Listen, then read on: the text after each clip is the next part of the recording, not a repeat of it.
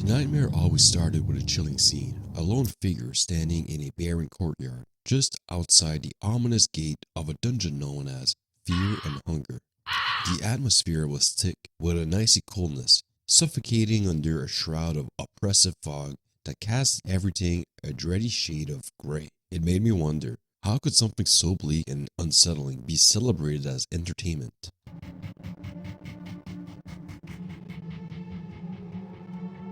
As I meticulously searched the area, scoring through the crates and barrels, my hands were trembling with anticipation. I couldn't shake the nagging feeling of impending danger. And then I heard them, the distant barks of dogs. I knew that within the next 30 seconds, I would once again confront these beasts, consumed by rage. They emerged swiftly, an unruly pack of 6 holding canine charging towards me with relentless determination. In an instant, 2 of them closed the distance, positioning themselves just 3 feet away. Trapped and with nowhere to escape, I had a surge of fear course through my vein. My heart pounded in my chest as I prepared to battle these relentless foes. The odds stacked against me. With swift reflexes, I lunged forward, aiming a strike at one of the dog's legs, hoping to halt its advance. But to my dismay, my blade whistled through the empty air, missing its intended target. And as the momentum carried me off balance, another dog seized the opportunity, lunging at my vulnerable neck, its jaws closing with deadly precision. A single purpose burned within me, to free someone ensnared and helpless within the merciless confine of this dark abyss. In the realm of my restless dreams, the identity of the captive morphed and twisted, casting a different shadow upon my purpose. Sometimes it was a revered leader, wrongfully imprisoned by those in power, subjected to unspeakable torment as a cruel warning to anyone who dared to challenge their authority. Other time, it was a sadistic figure, a merciless force that had ravaged my village, igniting an unyielding desire for revenge within my soul. The next time it was jealousy that was simmering within, perceiving this captive as a formidable adversary, obstructing my path to ultimate glory. And today, I found myself as a lawless mercenary, driven solely by the seductive allure of precious coins. I woke in my rundown one-bedroom apartment, my heart pounding as I snapped out of a fitful sleep. The nightmare, an ominous and terrifying vision, had returned to haunt me. I felt like I was descending into the very depths of hell, a relentless grip on my mind that refused to let go. As I woke from this nightmare, my consciousness slowly reclaimed its hold on me, and my thoughts shifted to the case I've been tirelessly working on, Miro Haverinen. It had been a chilling investigation that had consumed my days and haunted my nights. On that fateful day, December 11, 2018, just days before the most joyful celebration of the year, Miro Haverinen burdened a small cult-like following that has since grown into a group of over 1,800 die-hard members. In my tireless pursuit of the truth, a concerning reality unfolded before me. A covert recruitment operation aimed at ensnaring new devotees to the elusive Miro Haverinen fan club. The exponential surge of followers and fans reassembling the majestic peak of Mount Everest, a testament to the profound influence yielded by this enigmatic figure. Some of my intel blamed this charismatic individual for the sudden rise of its interest. It was 5 years ago when I first encountered Miro's Haverinen creation, a case that had left a mark on my psyche, an unsolvable puzzle that I had eventually abandoned. Yet, his haunting legacy resurfaced intermittently, like the echo of unfinished business that refused to fade from my memory. And now, with the renewed surge of interest, I had no choice but to confront the unsolved enigma. Reluctantly, I delved back into the abyss, driven by the realization that the case demanded my attention once more. I hoped to glean some understanding from these reoccurring nightmares. Perhaps there was a message hidden within them, a clue as to what attracted these relentless wave of new fans to Fear and Hunger. It was almost unfathomable to consider that all of this originated from a humble school project. It started as a mere string of awkward questions posed to friends. What would you do in this situation or that situation inside of a dungeon? From there, it evolved into a tabletop role-playing game, akin to an unforgiven incarnation of Dungeons and Dragons.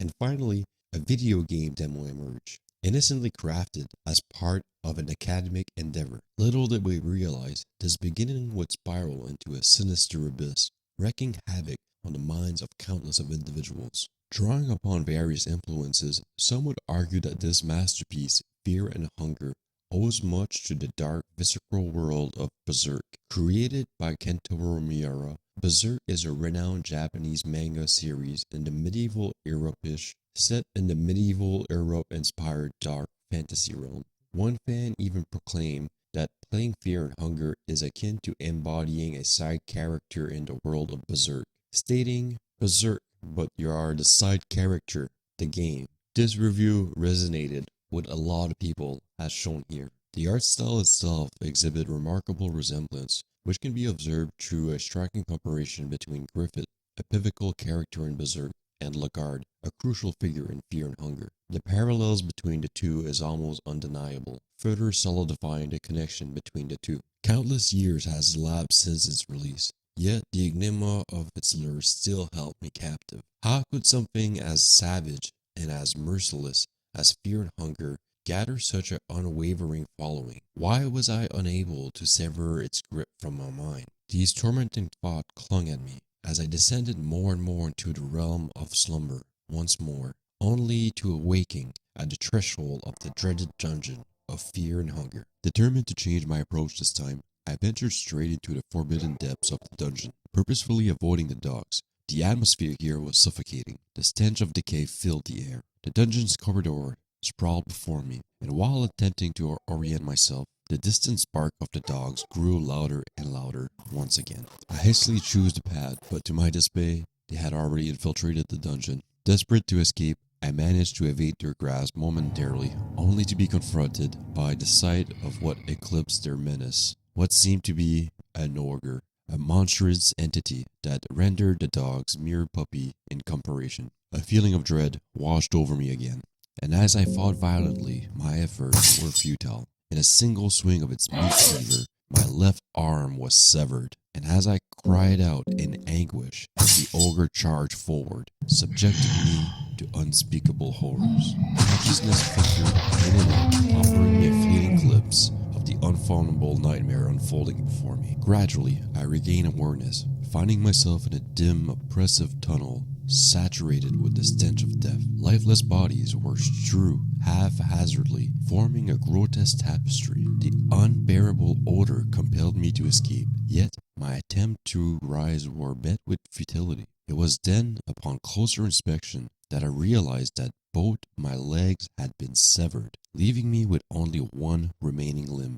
an arm. I never could have imagined such horrifying fate befalling me. But there I was, reduced to crawling, driven by a frantic urgency to flee this nightmarish tunnel. Finally, I emerged into a vast hall, its expanse swallowed by an army of decomposing bodies. The sight was overwhelming, the floor obscured from view as corpses piled up reaching towards the ceiling. Perplexed and horrified, I continued to crawl, my hand brushing against something that stirred beneath the putrid mass. A sense of dread once again consumed me once more as I witnessed a figure rising through the sea of cadavers. It was a floating head. The disembodied entity fixed its gaze upon me, and in a voice laden with malevolence, I demanded answers. Its laughter was the only response. I struggled to escape, but my feeble crawl was unable to match its pace.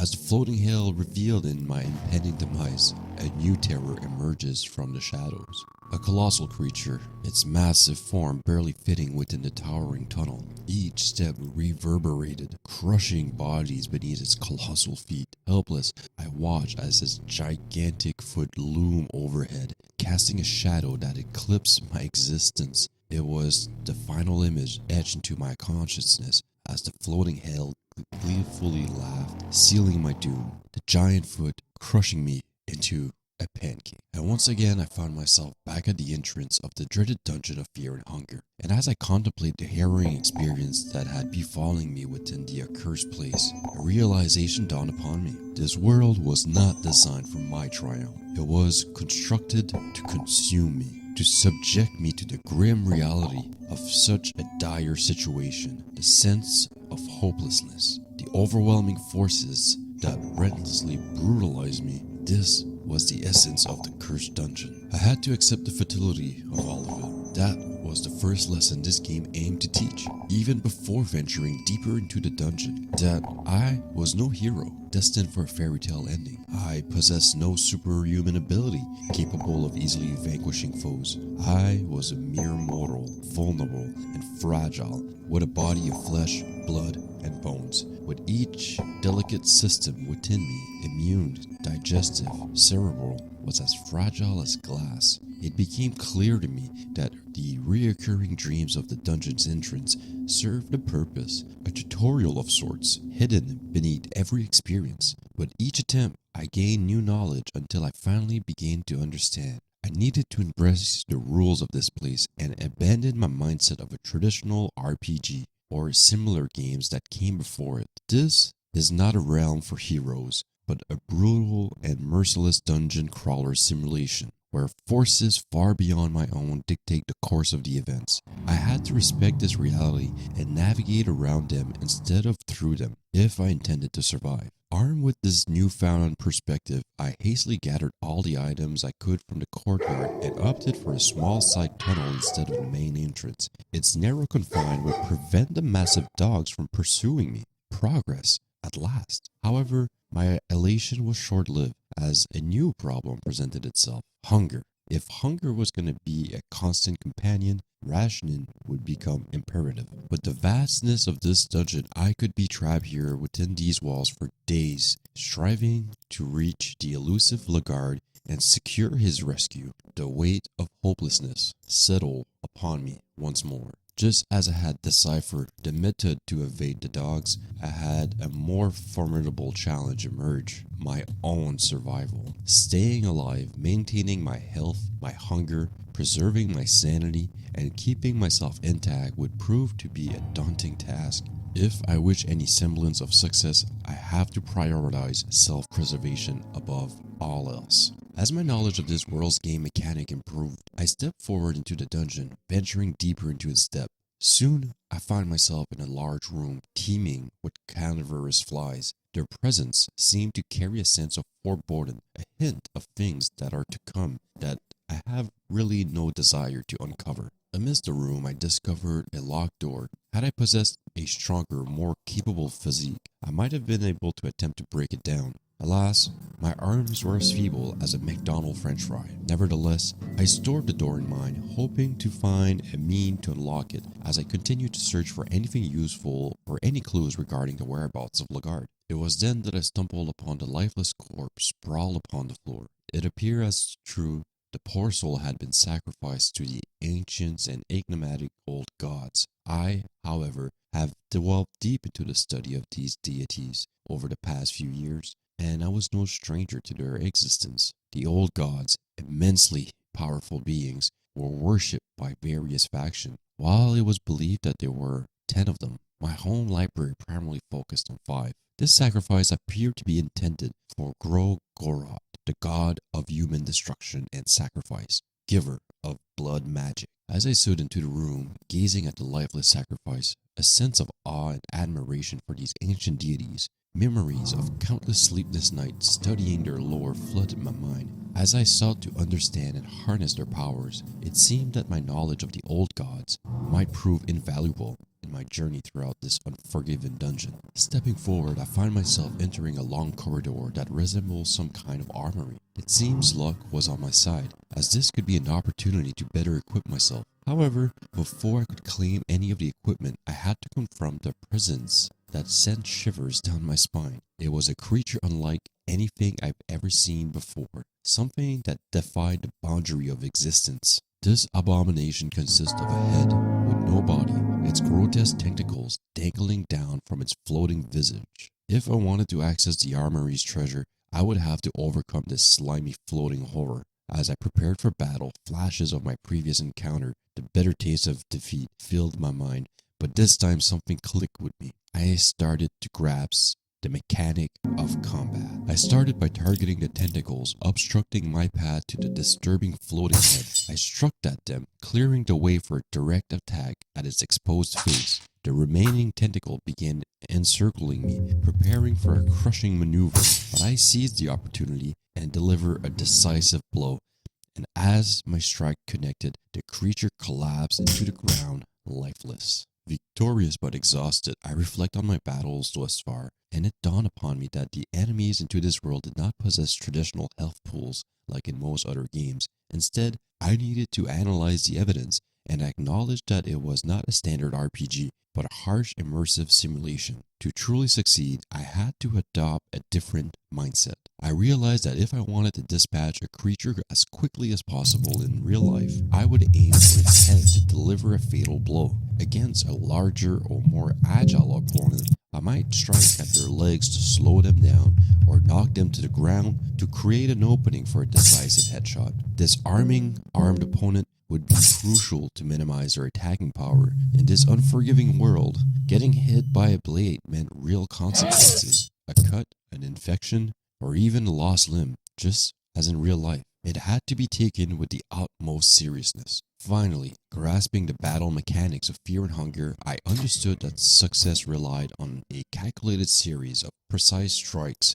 defensive maneuvers, and a measure of luck. Similar to real life, sometimes the wisest course of action was simply to run away from a fight. There was little to gain and much to lose when facing someone intending to do you harm, especially when their arm or a 12-foot ogre beefed up on steroids seemingly manufactured directly from the depths of hell. Empowered by this newfound understanding, I proceeded to proclaim my prize within the armory. I confronted yet another reality of this unforgiving world. Nothing was certain. Just like in real life, everything was left up to chance. The prospect of finding something valuable was like flipping a coin, and unfortunately luck was not on my side at this moment. Each weapon rack stood empty, devoid of any treasures.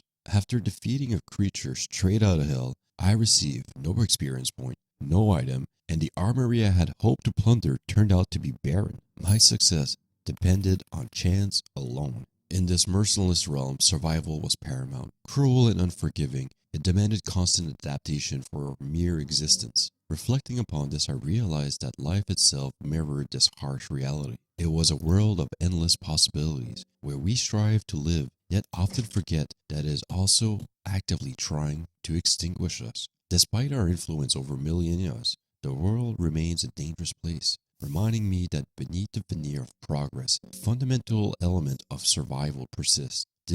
Was this an intended message from the game creator, or is this simply my mind being consumed by his game? Undeterred by the disappointment in the armory, I ventured deeper into the dungeon, traversing rooms that grew increasingly repulsive. Carefully, I approached a set of steps leading downwards, possibly towards the location where Lagarde was held. However, before descending, I've encountered a skeleton. It seemed to have been lying there for quite some time, but as I gazed upon it, I remembered the essence of my character's backstory, a dark priest who had mastered the power of necromancy. In an instant, I felt a surge of power overcoming me, and with a flick of my hand, the once lifeless skeleton was summoned back to life. An unlikely ally, but an ally nonetheless. Just as I began to feel the sense of control and tide finally turning in my favor, darkness enveloped everything. I had run out of torches, leaving me trapped in the pitch black depth of the dungeon. Lost and disoriented,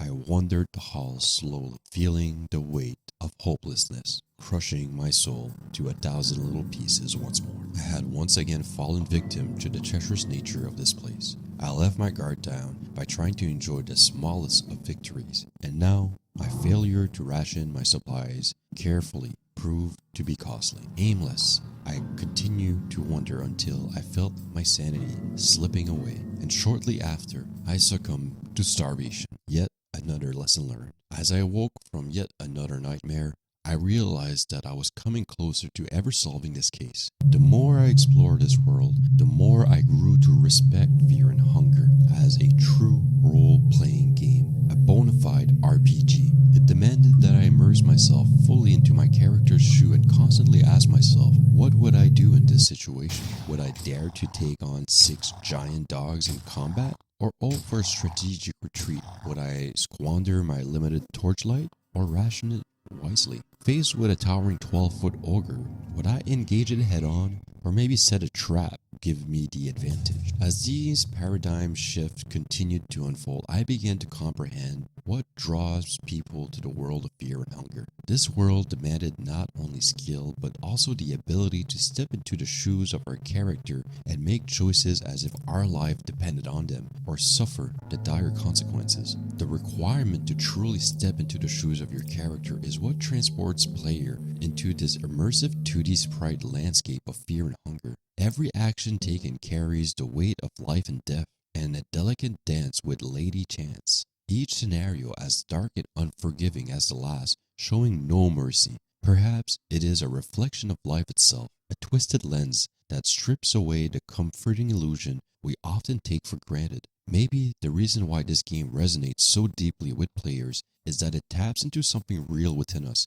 something we hesitate to admit, that life can be cruel. The world is inherently dangerous, governed by nothing more than chance. Once the veneer of society is removed, restless in my cramped apartment, I pace back and forth, realizing I need to clear my mind and organize the evidence I had collected about fear and hunger. I resolved to documenting my founding. It was time to bring order to the chaos and piece together the puzzle that had consumed my thought for so long. With determination fueling my actions, I laid out a list of what I've discovered so far. Fear and Hunger, although not a roguelike game, exhibits similarities in its gameplay mechanics.